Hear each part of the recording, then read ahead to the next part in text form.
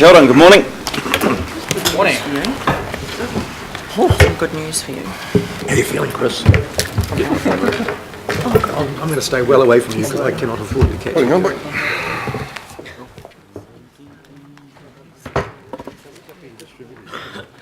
Shared it with Cameron. Oh, did you? Oh, good. I bet he's happy.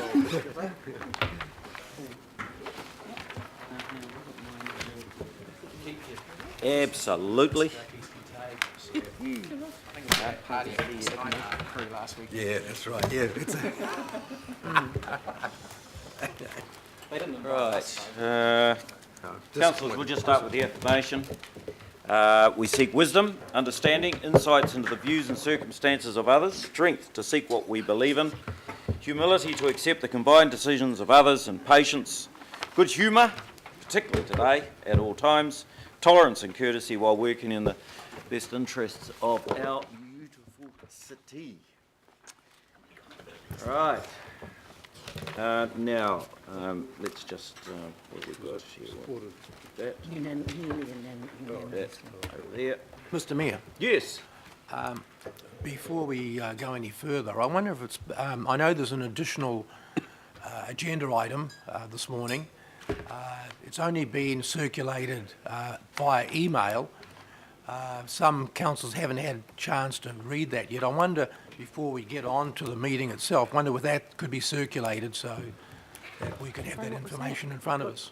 Oh, sure. Look, What is that? Are you talking about item 13? Yeah, that's it. Excellent. I got it I'd be very yesterday. disappointed if you weren't talking about item Got it 13. yesterday morning. It actually went out yesterday afternoon, and I suspect it's going to take us a while to get there.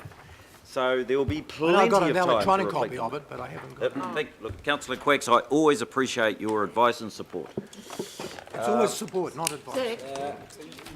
Okay. It's a bit of Now, changing and seating.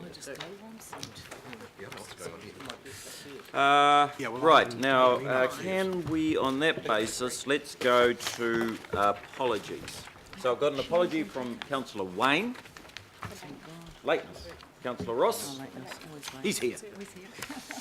And is there anyone else that we've got? We've got Alf, there he is there. Councillor Christine. Let's say for lateness. I'll move that as a second to Councillor Bell. All those in favour say aye. Aye. It's against passed. Declarations of interest. Oh, I like declarations of interest. I'm not aware of any on this at this point. You got one? Why are you looking at me? No. Okay. We'll move on to confirmation of minutes. Right. I'll move the confirmation of the, can we go to the next please? Minutes of its meeting held Thursday 30th June 2016 as a true and correct record. I'll move that. Is there a seconder? Councillor Cal. All those in favour say aye. It's against passed. Thank you very much for that support and acclamation. Right. Now we're going to do acknowledgements and achievements. I first of all want to do acknowledgements. I have one today. I want to acknowledge Frank Stowers. It's with deep regret that I acknowledge Frank's passing and greet his ainga and acknowledge them in their loss. He was a true son of Otara, a great Aucklander and a great leader for his community for many years. He was a visionary with a big heart. He worked at a senior level in the Ministry of Pacific Island Affairs before setting up his own consultancy, which provided support and advice for government and community-based Pacific organisations throughout New Zealand. Most recently, Frank became chair of the board of Pacific Home Care after joining the board 6 years ago. He will be sorely missed. He is survived by his beloved wife, Tish, daughter, Josephine, sons, Rauna, Philip, and all of his extended ainga. I in particular want to acknowledge Councillor Alf, who attended himself and on my behalf the tangi for Frank last week. Thank you, Alf. Ia manuia lo malanga. Can we all please stand in acknowledgement of Frank's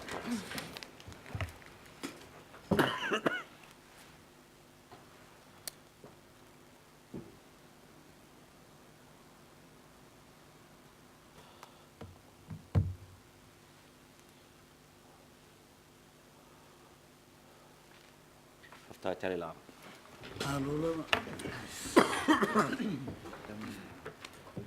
Councillors, you've all got the achievements there, and you'd have to say for Auckland, and in particular the council organisation, it has been a stellar month. I want Councillor Carl to reflect, please, on one of the issues, but for a start, at the LGNZ Excellence Awards the other night, and I think the two pennies, Linda and Bill, were there in support of our staff and organisation. Stephen and staff members were there. Oh, Steve, were you down there? No. Jim, rather. So Phil, a few of them were there. But the council picked up the LGNZ Excellence Award for the Hunua Rangers Pest Management Program, and that was just a stunning performance. A really difficult matter. 1080 drop against the backdrop of people's various views on that, but outstandingly well organised and delivered. So I want to acknowledge that in this. Of course, we had the Te Ara Iwhiti Light Path, which won the won an award at the Bike to the Futures. Council projects are finalists in the World Architecture Festival Awards, and just in amongst that, of course, we had the Quay Street Cycleway opening and the new Arts Centre at Uxbridge. And just for your information, the Samoan government are opening their new facility, the Consular General's House in Māngere, on Saturday for those who may like to attend.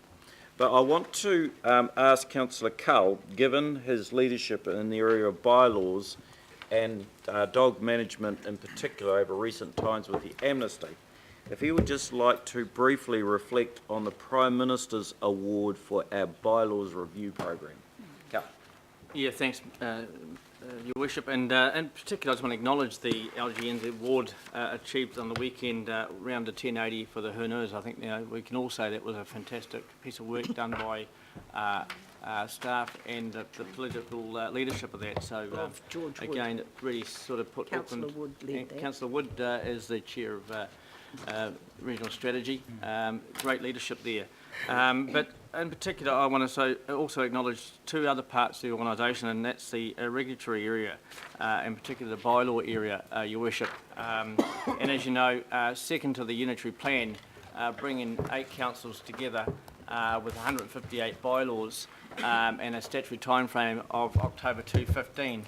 And the organisation made that within 3 weeks of that statutory timeframe to achieve a great outcome. And we covered a whole heap of things, as you well know. In the first term, Councillor Casey will acknowledge the dogs and the issue with the dogs, the 10,000 submitters, but then through the cemeteries, life jackets, to deliver a life jacket, one that pleased about 10,500 boaties on the Manukau on the Hauraki Gulf. Was a real milestone as well. It gave, we listened to the public of Auckland for that one, transport and health, and I could keep going on. But reducing them to 20 bylaws across the organisation has really showed Auckland that, Auckland Council's doing it. And I've always said from day one that if it's not workable, doable, enforceable, then get rid of it. And I'm often asked daily or weekly, can we have a bylaw for X, Y and Z? But everyone wants everything but don't want to pay for it. But we've got a bit of work to do still out there. And but I want to acknowledge Grant and Jeff and all our frontline staff. Man, they have been absolutely fantastic, brilliant.